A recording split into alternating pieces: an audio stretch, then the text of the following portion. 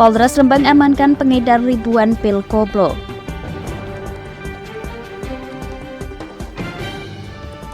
Koalisi Lembaga Pati sebut alokasi CSR PT BPR BKK Pati perlu pengawasan.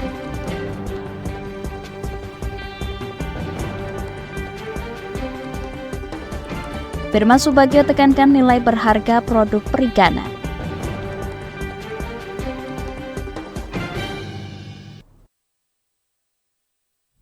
Selamat sore pemirsa, Jateng hari ini edisi Rabu 22 November 2023 kembali hadir menemani Anda. Selain 3 berita hangat tadi, beragam berita aktual lainnya akan kami hadirkan dalam 30 menit ke depan bersama saya Puji Lestari. Berikut Jateng hari ini selengkapnya.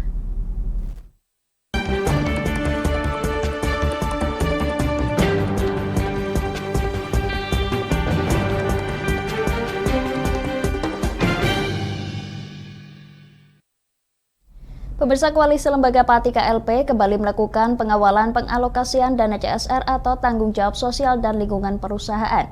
Kali ini KLP mengajukan audiensi di Perumda Tirta Bening.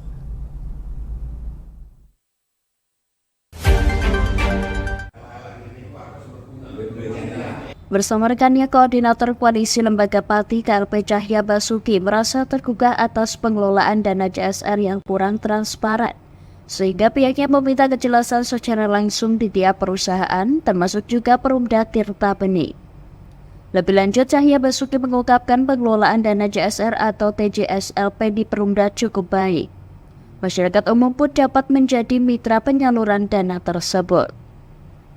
BDM ini lebih lengkap, nah BKK belum tahu jumlah yang digelontorkan. Nah, ini BDM tahu ya. Lengkapnya seperti apa?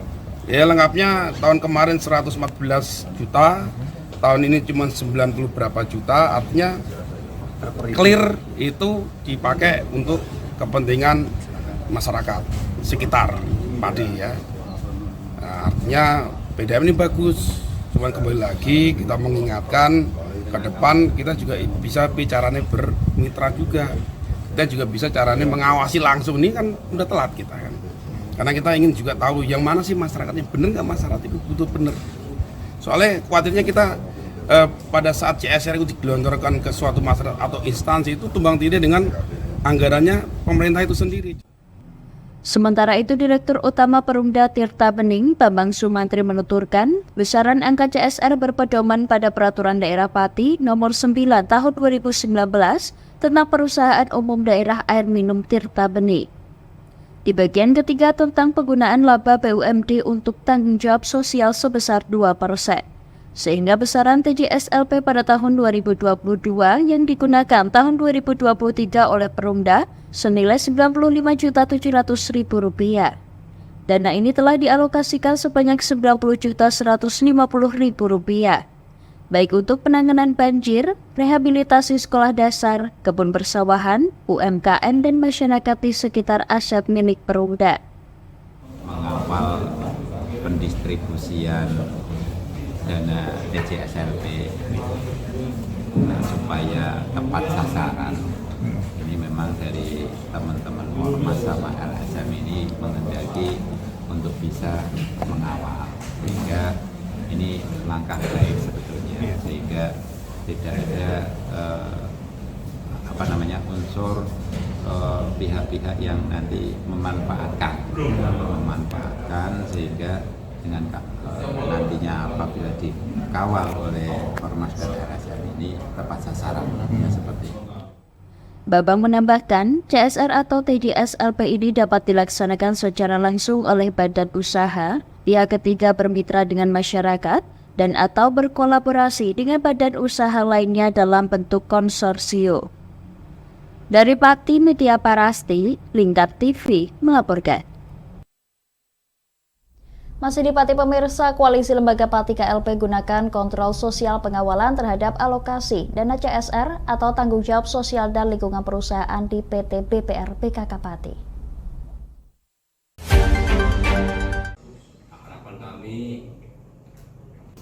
PT BPR BKK Pati memiliki pedoman penyaluran CSR sesuai dengan PP 54 tahun 2017 tentang BUMD, Permendagri 94 tahun 2017 tentang pengelolaan BPR milik daerah. Perda Provinsi Jawa Tengah Nomor 5 Tahun 2018 tentang Perusahaan Perseroan Daerah BPRBKK Badan Kredit Kecamatan dengan batasan 3% dari laba setelah pajak pada tahun sebelumnya. Koordinator Koalisi Lembaga Pati Cahya Basuki menilai pengalokasian CSR sudah baik. Namun dalam pemanfaatannya belum terdapat kontrol dan pengawasan.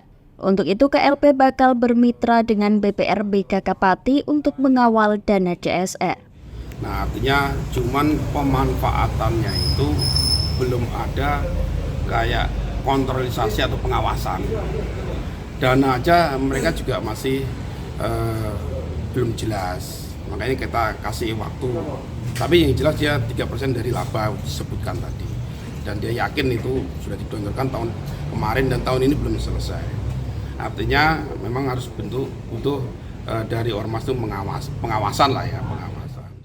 Sementara itu, Direktur Utama PT BPRBKK Pati Slamet Widodo menuturkan nominal CSR yang dialokasikan tahun 2023 senilai Rp213 juta yang bersumber dari 3% laba bersih setelah pajak tahun 2022. Peruntukannya di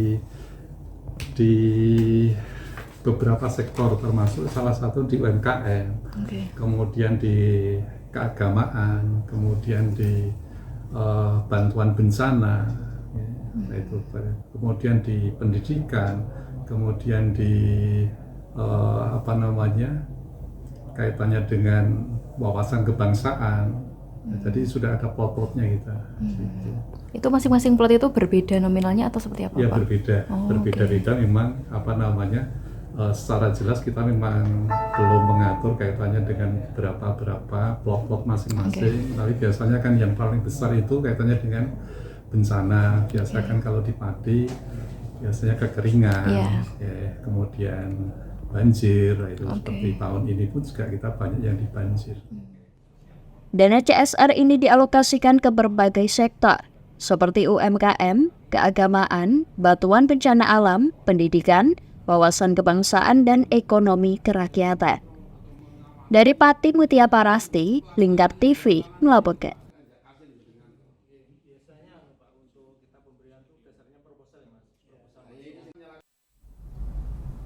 Pemirsa, sejumlah papan informasi perbaikan jalan di jalur Pati Rembang sudah terpasang. Kendati demikian, beberapa pengguna jalan masih belum banyak yang mengetahui.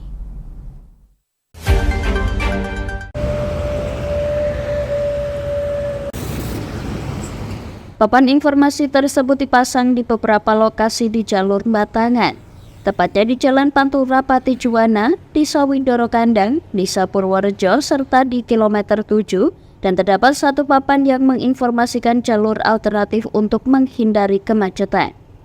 Meski begitu, masih banyak masyarakat tak menyadari keberadaannya. Sementara masyarakat yang mengetahui jalur alternatif turut memberikan informasi kepada para pengendara. Dengan adanya pelang ini membantu masyarakat biar tahu atau gimana, Mas? Oh ya, membantu sekali, Mas.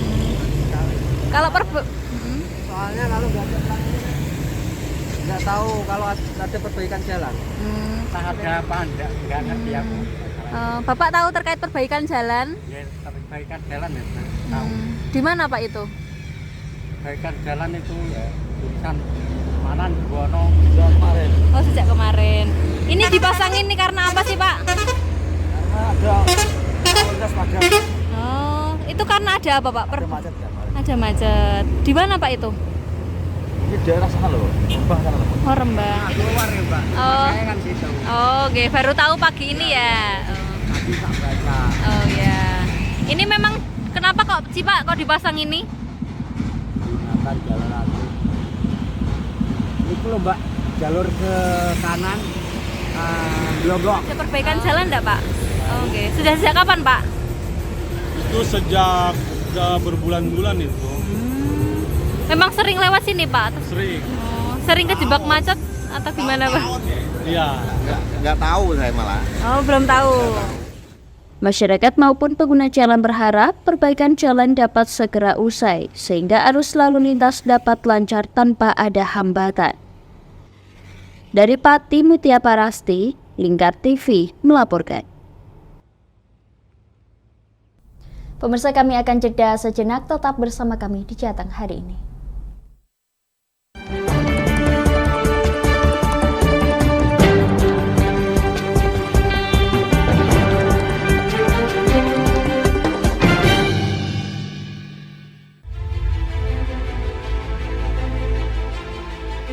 Memberikan pinjaman uang kepada saya dengan bunga 8% per bulan.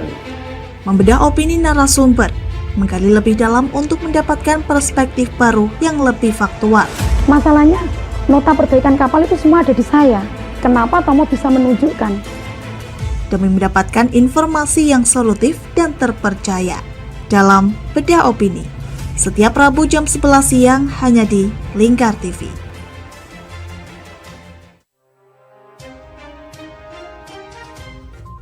Inilah ketiga anggota komplotan pencuri spesialis pecah kaca mobil setelah melakukan penggelapan 20 sepeda motor dan 2 unit mobil dengan modus retal. Merangkum semua peristiwa sebagai berita yang penuh fakta. Bersama Puji Lestari, saksikan Jateng hari ini setiap Senin hingga Sabtu jam 4 sore hanya di Lingkar TV. Bersama saya Galus Karkinanti dalam Sapa Jateng Lingkar TV. Melintas di daerah Sukolilo dikejar sama petugas bea cukai, ketangkap. Membahas dan menyuguhkan beragam potensi dari berbagai daerah di Jawa Tengah, ditemani narasumber-narasumber handal di bidangnya.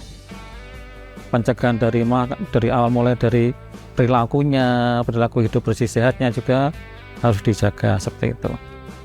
Kami siap menyapa Anda dalam Sapa Jateng. Setiap Selasa jam 11 siang hanya di Lingkar TV.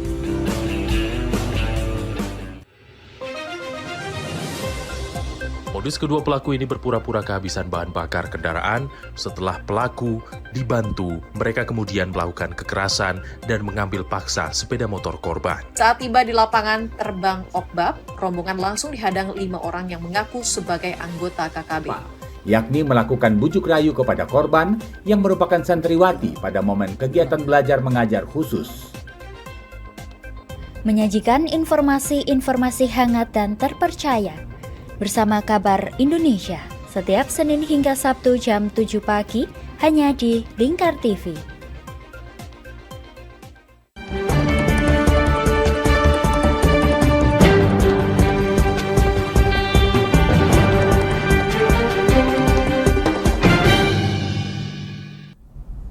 Pemirsa, Polres Rembang membekuk 2 orang tersangka pelaku pengedar pil koplo. Dalam penangkapan tersebut, polisi mengamankan barang bukti lebih dari 3.000 pil koplo.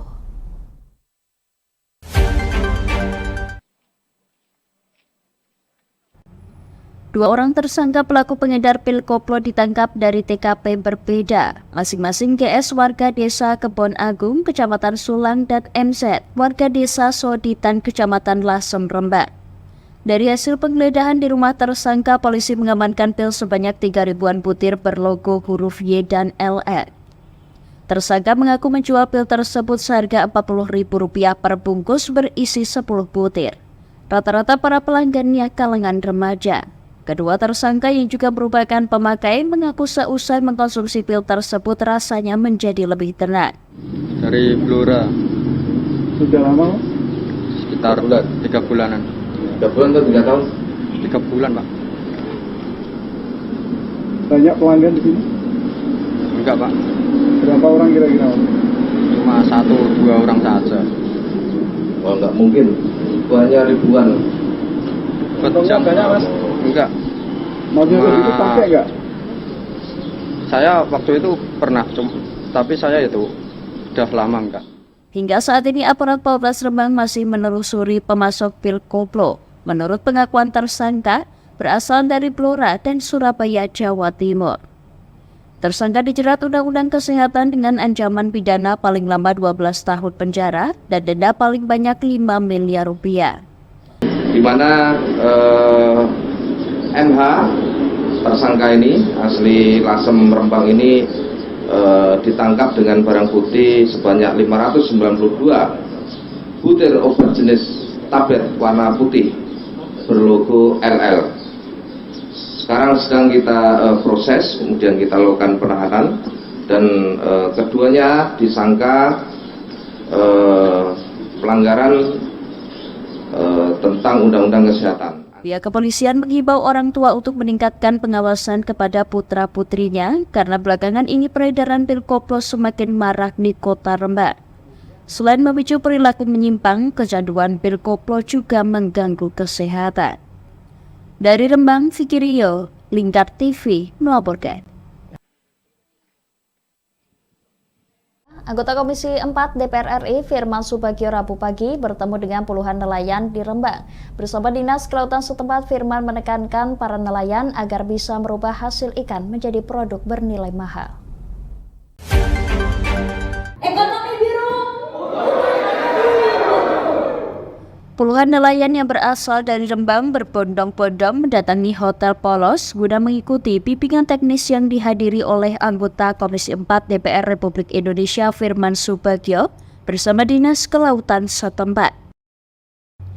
Dalam kegiatan tersebut, selain menekankan nilai produk perikanan, Firman juga menginginkan agar anak-anak diberikan protein ikan untuk menunjang daya tumbuh kembang mereka.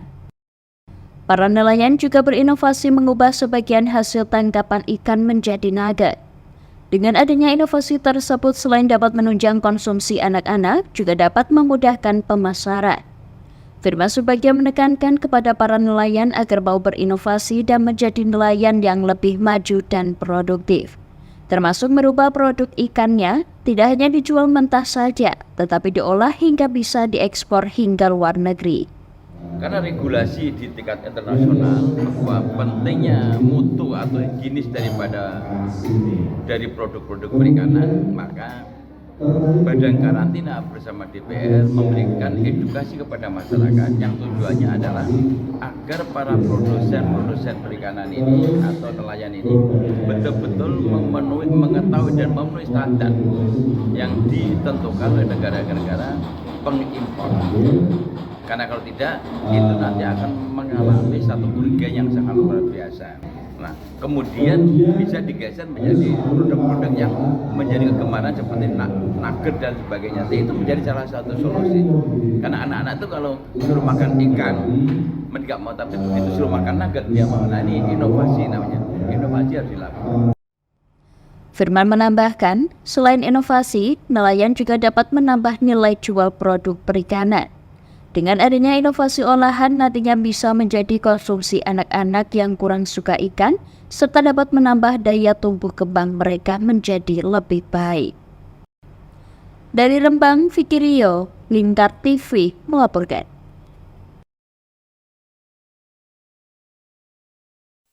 Kita ke Kendal pemirsa. Komisi Pemilihan Umum KPU Kendal menggelar rapat bersama partai politik, Ormas TNI, dan Polri.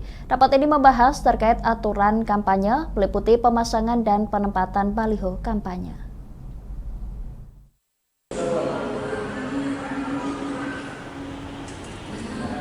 KPU akan memfasilitasi dan berkoordinasi dengan pihak terkait dalam penentuan titik pemasangan baliho alat peraga kampanye atau APK, sehingga tidak melanggar aturan pasal 71 PKPU nomor 15 tahun 2023. Dalam aturan dilarang memasang APK pada tempat umum, antara lain tempat ibadah, pendidikan, rumah sakit, atau pelayanan kesehatan, dan gedung fasilitas negara.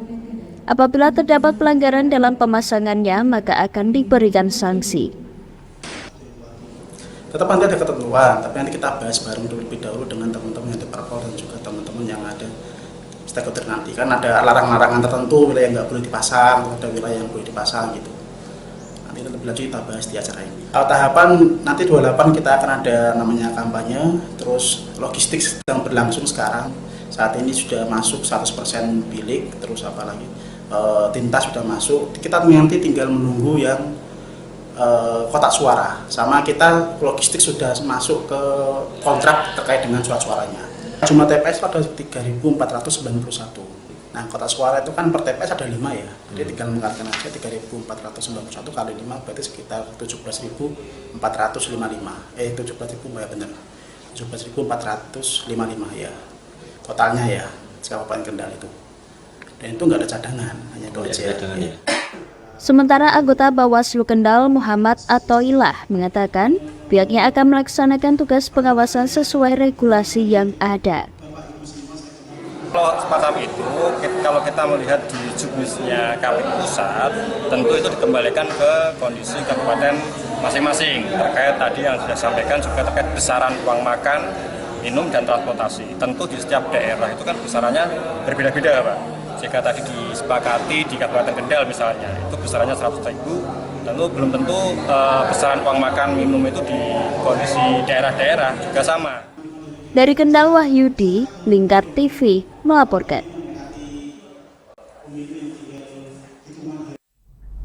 Pemirsa, kami akan kembali setelah jeda pariwara berikut ini. Tetap bersama kami di Jateng hari ini.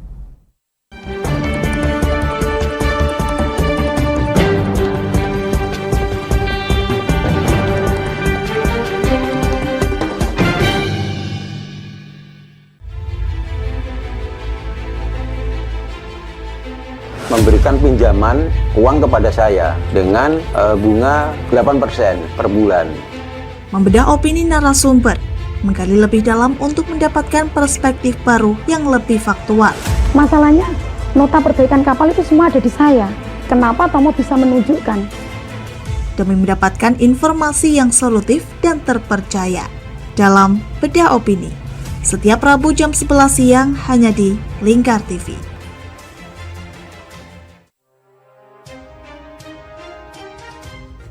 Inilah ketiga anggota komplotan pencuri spesialis pecah kaca mobil setelah melakukan penggelapan 20 sepeda motor dan 2 unit mobil dengan modus retard. Merangkum semua peristiwa sebagai berita yang penuh fakta. Bersama Puji Lestari, saksikan Jateng hari ini setiap Senin hingga Sabtu jam 4 sore hanya di Lingkar TV. Bersama saya Galus Karkinanti dalam Sapa Jateng Lingkar TV. Melintas di daerah Sukolilo dikejar sama petugas bea cukai, ketangkap.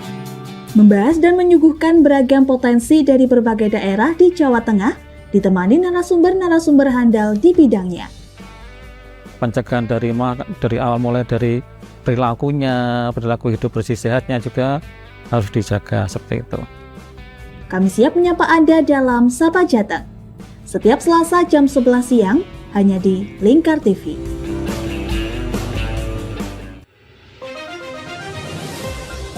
Modus kedua pelaku ini berpura-pura kehabisan bahan bakar kendaraan. Setelah pelaku dibantu, mereka kemudian melakukan kekerasan dan mengambil paksa sepeda motor korban. Saat tiba di lapangan terbang Okbab, rombongan langsung dihadang 5 orang yang mengaku sebagai anggota KKB. Yakni melakukan bujuk rayu kepada korban yang merupakan santriwati pada momen kegiatan belajar mengajar khusus. Menyajikan informasi-informasi hangat dan terpercaya bersama Kabar Indonesia setiap Senin hingga Sabtu jam 7 pagi hanya di Lingkar TV.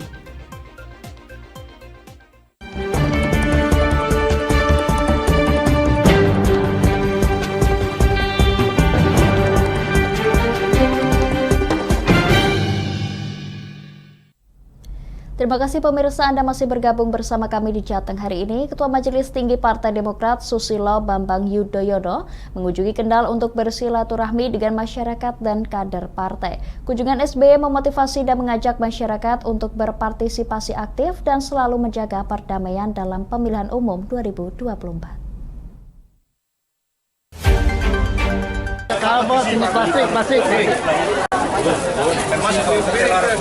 Dalam rangka menyambut Pesta Demokrasi pada tahun 2024 mendatang, Presiden Republik Indonesia ke-6 SBY meminta kepada masyarakat terus menjaga perdamaian dan kondusivitas terlepas siapapun yang didukung.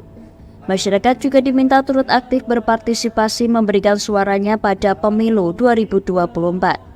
Karena merupakan hak berdemokrasi yang telah dijamin konstitusi. Saya nasihatkan, tetaplah mendengarkan suara rakyat. Ketahui apa yang dirasakan oleh masyarakat Kendal, apapun, apakah lapangan pekerjaan, apakah daya beli, apakah penghasilan, apakah pendidikan untuk keluarganya, kesehatan, itu saja kader Demokrat. Kalau itu yang disuarakan, itu yang dilakukan, insya Allah berhasil.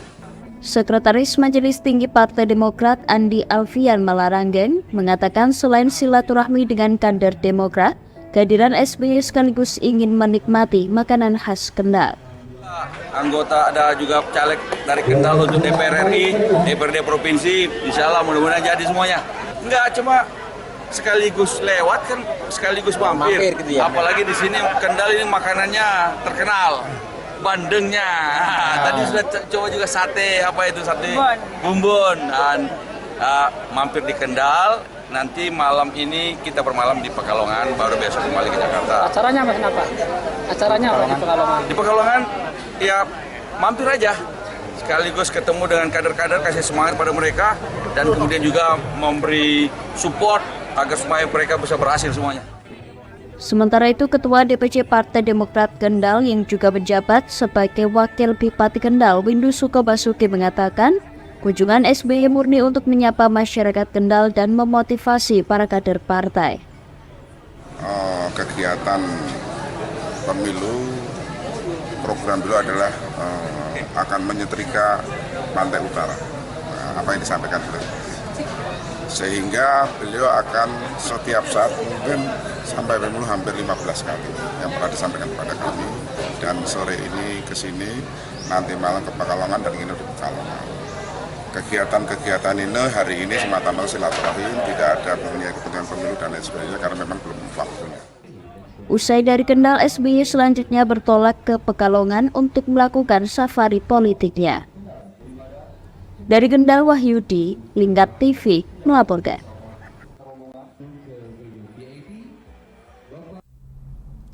Pemirsa, di wilayah Pantura, Brebes, dan Kota Tegal sudah tak asing lagi dengan unggas belengong.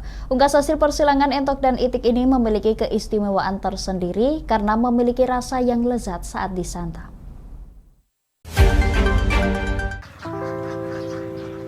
Brebes merupakan penghasil telur asin yang berasal dari telur bebek atau itik.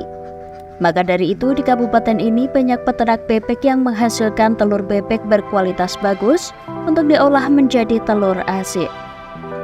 Peternak bebek mengawinkan bebek jantan dengan unggas entok betina yang akan menghasilkan keturunan jantan bernama Blengong dengan ciri tubuh besar dan tegak. Dilihat dari fisiknya, unggas ini bentuknya mirip itik namun bertubuh bongsor. Unggas hasil persilangan tersebut memang jarang diternak secara khusus. Pada umumnya, Blengong dihasilkan dari kandang itik petelur yang ada di kawasan pesisir. Kendati pun ada penangkaran khusus Blengong, jumlahnya sangat sedikit.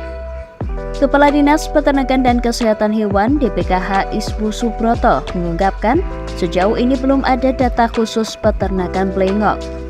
Pada umumnya, jenis unggas ini dibudidayakan para pemilik ternak itik. Selain memelihara itik, para peternak juga memelihara entok betina. Mereka sengaja memelihara agar terjadi perkawinan sehingga menghasilkan telur hasil persilangan. Jika menetas yang jantan disebut Blengong, jika betina dinamakan tongki. Blengong memiliki ciri tubuh bongsor dan perawakannya tegap mirip dengan itik. Sedangkan tongki memiliki perawakan lebih kecil dengan ciri badan dan kepala sejajar atau tidak tegap dalam berjalan. Kalau budidaya khusus nggak ada, jadi sebetulnya ini potensi juga karena ini kan sebetulnya mereka punya itik, peternak itik, kemudian mereka punya mentok di situ, kemudian dikawini oleh itik. Jadi mereka tidak khusus untuk bikin Blengong, tidak ada. Cuma nanti saya insya Allah suatu saat kalau itu sudah bagus, kita ingin juga ada peternak mentok karena kebetulan kan ini sudah menjadi warisan non benda kan itu. Jadi ini suatu hal yang luar biasa bagi Brebes. Salah satu peternak itik yang membudidayakan Blengong adalah Dulhanan, warga Kelurahan Limbangan Wetan, Brebes. Untuk mendapat penghasilan tambahan, dia menyisipkan beberapa entok betina untuk ikut dikawinkan dengan itik jantan. Pria ini memiliki itik sebanyak 400 ekor betina dan 5 ekor jantan. Saat ini dirinya sudah menghasilkan sekitar 40 ekor Blengong dan tongki. Dengan budidaya Blengong, peternak Dulhanan bisa mendapatkan penghasilan tambahan selain dari telur itik. Blengong dijual antara Rp100–125.000 per ekor. Saat lebaran, harga ini bisa menjadi 2 kali lipat. Kalau itu sih, kalau Blengong lebih fokus sama Blengong, pakannya sih ya lebih banyak. kedua dikilain nggak nelon. Berarti ini enakan disisipkan kayak gini Mas ya? Iya. Emang harganya berapa kalau blengong? Kalau jual di bakul ya 100.000. Kalau lagi mahal ya kadang 100 lebih.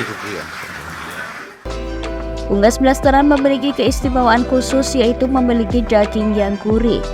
Daging blengong lazim diolah menjadi sate blengong atau digoreng. Kuliner sate blengong banyak ditemui di berbagai tempat di kawasan perkotaan Brebes. Sedangkan menu blengong goreng bisa ditemui di rumah makan Sairoh Desa Lembarawa Brebes. Dari Brebes, Gus Fadila, Lingkar TV melaporkan.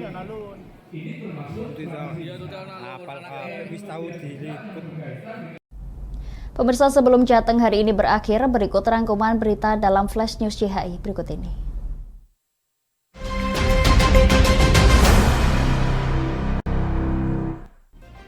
Koalisi Lembaga Pati KLP gunakan kontrol sosial pengawasan terhadap alokasi dana CSR atau tanggung jawab sosial dan lingkungan perusahaan di PT BPR BKK Pati. Polres Rembang membekuk 2 orang tersangka pelaku pengedar pil koplo. Dalam penangkapan tersebut, polisi mengamankan barang bukti lebih dari 3.000 pil koplo. Komisi Pemilihan Umum KPU Kendal menggelar rapat bersama partai politik, Ormas TNI, dan Polri. Rapat ini membahas terkait aturan kampanye meliputi pemasangan dan penempatan baliho kampanye.